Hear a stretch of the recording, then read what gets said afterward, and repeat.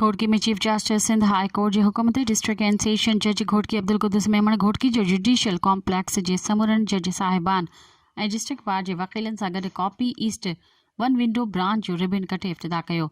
इफ़्तिताही तकरीब खे district and session जज घोटकी अब्दुल कुद्दुस मेमण ख़िताब कंदे चयो त हिन ब्रांच खोलण सबबि आम माण्हू खे रिलीफ मिलंदो।